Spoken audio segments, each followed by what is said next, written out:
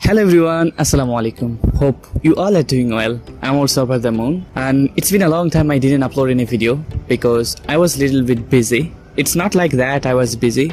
It was like I was giving a bit of time to myself to develop my personality and all. So for these reasons I was a little bit of busy, and during that period I just lost my interest to make video.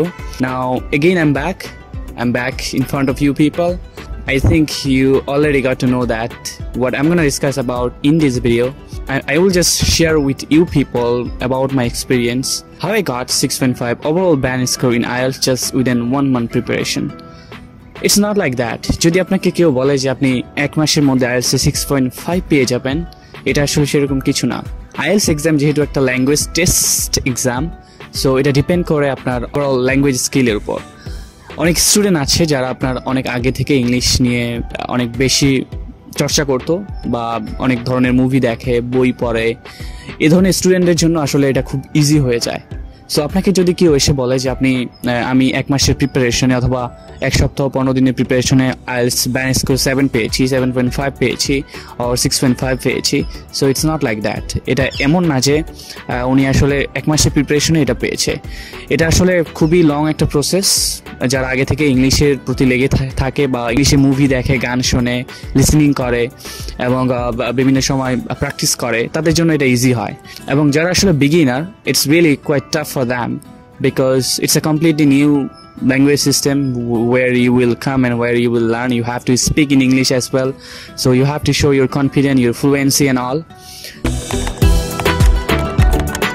So particularly আমি বেশ কিছু সেকশনে কিছু problem face করেছি। তার মধ্যে হচ্ছে reading a.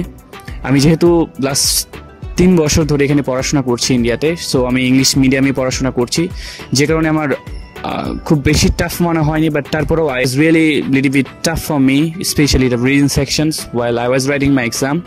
The speed was little bit fast, especially in the listening test. So আমি যখন ক্যামব্রিজ প্র্যাকটিস করতাম তখন আসলে লিসেনিং টেস্টের যেগুলো দিতাম এগুলো আমার অ্যাভারেজ আসলে 7.5 থেকে 8 থাকতো। So I was confident to get at least 7 or 7.5 in listening, but it not actually happened. I just got 6 in the listening test. So আমি যেহেতু বললাম যে আসলে লিসেনিং টেস্টের যে স্পিডটা ছিল আমার কাছে বেশি মনে হয়েছিল এক্সামে। And if it comes to the reading section, the passage 1 was easy. It's like a Cambridge 1, Cambridge standard. Even the passage 2 and 3 was also like a Cambridge standard. Passage গুলো little bit difficult ছিল, বিশেষ করে আমার understanding এ কষ্ট হচ্ছিল।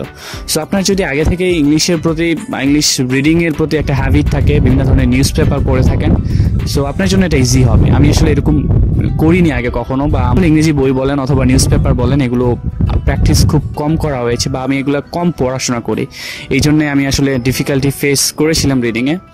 এবং speaking like আমি আসলে ভাইভা দিতে ভালোবাসি, এবং আমি যখনই কোনো হলে ভাইভা দিতে যাই বা প্রবেশ করি, আমার আসলে যিনি ভাইভা নেন ওনার ফেস দেখার পরে আমার অন্যরকম একটা কনফিডেন্স চলে আসে। Not that much fluent, but আমি বিশ্বাস করি যে আমি অলওয়েজ একটা স্মাইলিং ফেস নিয়ে কনফিডেন্টলি সত্তরগুলো দেওয়ার চেষ্টা করি, এবং আমি সেটাই করেছিলাম। Even after the speaking test I was confident to get at least 7, but I got 6.5. I don't know why. Maybe I had some lackings there during my exam. It's okay, alhamdulillah, I'm happy with my result. And the writing section was okay. আমি writing এ 6.5 পেয়েছি, যেটা আসলে আমি deserve করি, আমি জানি, কারণ আমি রাইটিং এ অনেক বেশি সময় দিয়েছিলাম।